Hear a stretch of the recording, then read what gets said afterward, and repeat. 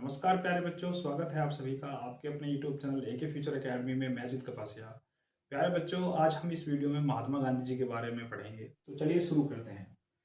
महात्मा गांधी जी का पूरा नाम मोहनदास करमचंद गांधी था। महात्मा गांधी का जन्म 2 अक्टूबर 1869 को सुदामापुरी, जो कि पोरबंदर गुजरात में पड़ता है, वहां पर हुआ था। इसलिए 2 अक्टूबर को महात्मा गांधी जी की जयंती मनाई जाती है और इसे अहिंसा दिवस के रूप में, नॉन वायलेंस डे के रूप में मनाया जाता है। गांधी जी के पिता का नाम करमचंद गांधी था। गांधी जी की माता का नाम पुतलीबाई था। गांधी जी की पत्नी का नाम कस्तूरबा गांधी था। गांधी जी की संतान, गांधी जी के 4 बेटे थे, हीरालाल, मणिलाल, रामदास और देवदास।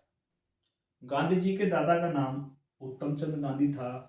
गांधी जी की शिष्या मीराबेन थी, जिनका असली नाम मैडलिन स्लेट था। गांधी जी के राजनीतिक गुरु यानी पॉलिटिकल टीचर जो थे वो गोपाल कृष्ण गोखले थे। गांधी जी के वैचारिक गुरु यानी कि फिलोसफिकल जो टीचर थे वो गोपाल कृष्ण गोखले थे। गांधी जी के आध्यात्मिक एवं नैतिक गुरु, तो गांधी जी के स्पिरिचुअल एंड मॉरल जो टीचर थे वो थे श्रीमद राजचंद्र, जो कि एक जैन कवि थे। कभी कभी आपसे एग्जाम में एक बहुत ही इंपॉर्टेंट क्वेश्चन पूछा जाता है कि गांधी जी का एक प्रिय भजन जो है कौन सा है। तो गांधी जी का प्रिय भजन वो था वैष्णव तेजानी, जिसके लेखक नरसिंह मेहता है। महात्मा गांधी की जो प्रारंभिक शिक्षा है या प्राइमरी एजुकेशन है वो गुजरात में राजकोट से हुई है। महात्मा गांधी का विवाह 13 वर्ष की आयु में यानी कि 1882 में कस्तूरबा बाई माकन से हुआ। कस्तूरबा गांधी उनका नाम जो है बाद में रखा गया था। ठीक है, लोग उन्हें कस्तूरबा गांधी बुलाने लगे, पहले उनका नाम कस्तूरबा बाई माकन था। 1888 में ये बैरिस्टर की पढ़ाई करने के लिए इंग्लैंड गए और वहां पर इनर टेम्पल नामक शिक्षण संस्थान से जो है इन्होंने अपनी शिक्षा प्राप्त करी। इंग्लैंड से लॉ की डिग्री करने वालों को बैरिस्टर कहा जाता था। 1891 में महात्मा गांधी इंग्लैंड से बैरिस्टर की डिग्री लेकर के भारत वापस लौटे हैं। 1893 में महात्मा गांधी अफ्रीका गए। दादा अब्दुल्ला नामक एक व्यापारी के साथ उनका एक करार हुआ, उनका एक केस लड़ने के लिए वो अफ्रीका गए। महात्मा गांधी अफ्रीका में एक रेल में बैठते हैं। उस रेल के फर्स्ट क्लास कोच में बैठे थे, जहां पर पहले से कुछ अंग्रेज बैठे हुए थे। तो पीटर्सबर्ग नामक एक रेलवे स्टेशन पर महात्मा गांधी को अफ्रीका में रेल से नीचे उतार दिया गया, क्योंकि वहां पर उस समय अफ्रीका में रंग भेद चल रहा था काले और गोरों के बीच में। और इसी कारण महात्मा गांधी को जो है गुस्सा आ गया और महात्मा गांधी ने वहां पर जो है अपना आंदोलन शुरू कर दिया। तो महात्मा गांधी ने सबसे पहले सत्याग्रह की जो शुरुआत करी है वो अफ्रीका से करी है। 1884 में महात्मा गांधी ने अफ्रीका में नटाल आश्रम की स्थापना करी। 1899 में अफ्रीका में जब बोआर युद्ध चल रहा था तो उस समय महात्मा गांधी ने अफ्रीका में एम्बुलेंस सेवा की शुरुआत करी है। 1903 में महात्मा गांधी ने अफ्रीका में इंडियन ओपिनियन नामक पत्रिका लिखी है। 1904 में महात्मा गांधी ने अफ्रीका में फिनिक्स आश्रम की स्थापना करी। 1906 में महात्मा गांधी ने अफ्रीका में ही ब्रह्मचर्य को अपनाया था। 1909 में महात्मा गांधी ने हिंद स्वराज नामक पुस्तक लिखी। 1910 में महात्मा गांधी ने अफ्रीका में टॉलस्टॉय आश्रम की स्थापना की। 9 जनवरी 1915 को महात्मा गांधी अफ्रीका से वापस लौटे। इस दिन भारत में अप्रवासी भारतीय दिवस मनाया जाने लगा, यानी पहली बार भारत में अप्रवासी भारतीय दिवस, non residential Indian NRI day मनाया गया था। 1915 में महात्मा गांधी को अंग्रेजों ने केसरे हिंद की उपाधि दी। ये उपाधि क्यों दी? क्योंकि प्रथम विश्व युद्ध स्टार्ट हो गया था 1914 में और महात्मा गांधी ने भारतीय लोगों से प्रथम विश्व युद्ध में अंग्रेजों की तरफ से लड़ने के लिए आग्रह किया था, यानी उनको मनाया था। आप जानते होंगे कि जो भारत में इंडिया गेट है वो प्रथम विश्व युद्ध में जो भारतीय सैनिक मारे गए थे उनकी यादगार में बनाया हुआ है, यानी कि एक प्रथम विश्व युद्ध के जो सैनिक थे उनके स्मारक के रूप में इंडिया गेट है। इंडिया गेट पर कभी आप जाओगे तो उन सैनिकों के नाम भी लिखे हुए हैं इंडिया गेट के ऊपर जो प्रथम विश्व युद्ध में मारे गए थे। 1917 में महात्मा गांधी ने चंपारण बिहार में चंपारण सत्याग्रह शुरू किया और महात्मा गांधी का भारत में ये पहला सत्याग्रह था। महात्मा गांधी का जो सत्याग्रह है ये नील की खेती के खिलाफ था क्योंकि अंग्रेज जबरदस्ती जो है नील की खेती करवा रहे थे, और नील की खेती करने से जो जमीन थी वो अनफर्टाइल यानी अनुपजाऊ हो रही थी। 1918 में महात्मा गांधी ने अहमदाबाद मील मजदूर आंदोलन को लीड किया या उसका नेतृत्व किया, क्योंकि अहमदाबाद में जो मील थी, कपड़ा मिल वगैरह, वहां पर मजदूर जो है अपनी मजदूरी बढ़ाने के लिए जो है आंदोलन कर रहे थे, और वहां पर महात्मा गांधी जाते हैं और उसका नेतृत्व करते हैं। इसके बाद 1918 में खेड़ा सत्याग्रह होता है, ये भी गुजरात में होता है। अहमदाबाद मील मजदूर आंदोलन ये भी गुजरात में था। 1918 में महात्मा गांधी ने खेड़ा सत्याग्रह जो है इसका नेतृत्व किया। खेड़ा में जो किसान थे उनकी फसल बर्बाद हो गई थी, और अंग्रेज उनसे जबरदस्ती जो है वो टैक्स की मांग कर रहे थे। तो महात्मा गांधी वहां पर जाते हैं और इस आंदोलन का नेतृत्व करते हैं, और उन्हें जो है टैक्स में छूट दिलाते हैं। 1920 में महात्मा गांधी ने असहयोग आंदोलन, जिसे आप नॉन कोऑपरेशन मूवमेंट कहते हैं, उसको लीड किया है। महात्मा गांधी ने असहयोग आंदोलन या नॉन कोऑपरेशन मूवमेंट क्यों चलाया था? क्योंकि भारत में दो महत्वपूर्ण घटनाएं हुई।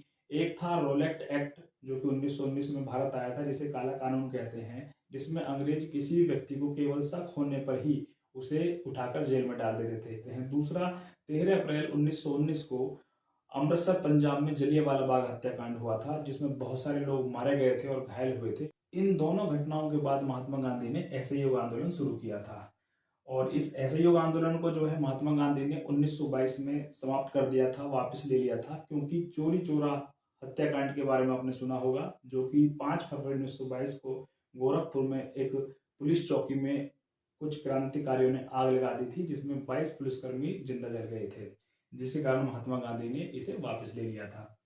1924 में कांग्रेस की अध्यक्षता की महात्मा गांधी ने।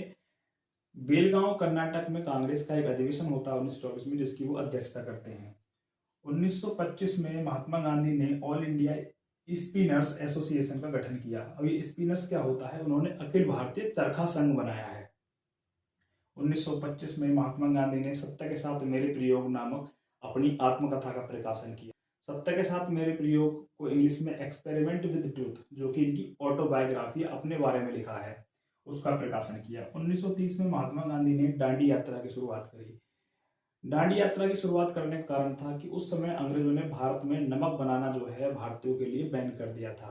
तो महात्मा गांधी ने एक यात्रा शुरू करी अपने साबरमती आश्रम से दांडी के लिए, जिसमें उनके साथ 78 यानी 78 अनुयायी थे, और उन्होंने जो है 24 दिन में 240 मील दूरी की यात्रा तय करके दांडी पहुंचकर नमक बनाकर नमक कानून को तोड़ा था।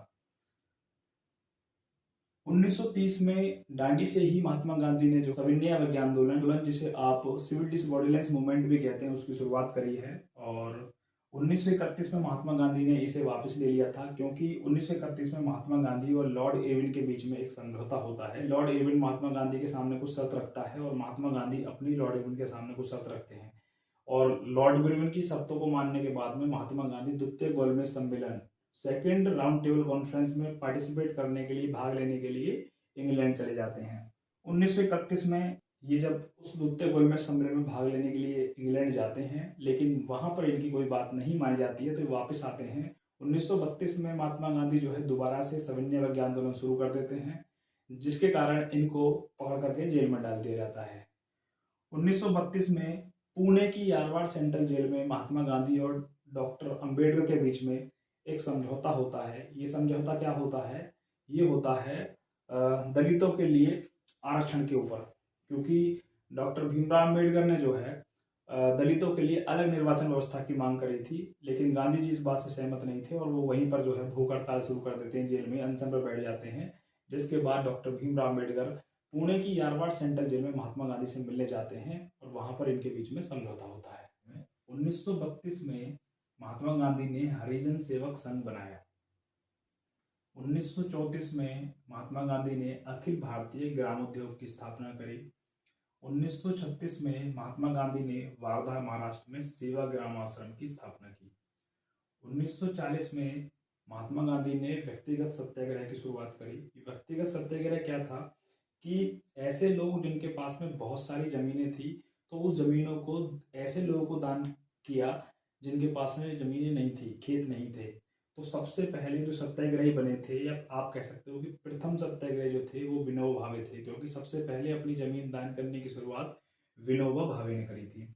1942 में भारत छोड़ो आंदोलन के समय महात्मा गांधी ने करो या मरो का नारा दिया था। इस भारत छोड़ो आंदोलन को अगस्त क्रांति के नाम से भी जाना जाता है, अगस्त रेवोल्यूशन। ठीक है।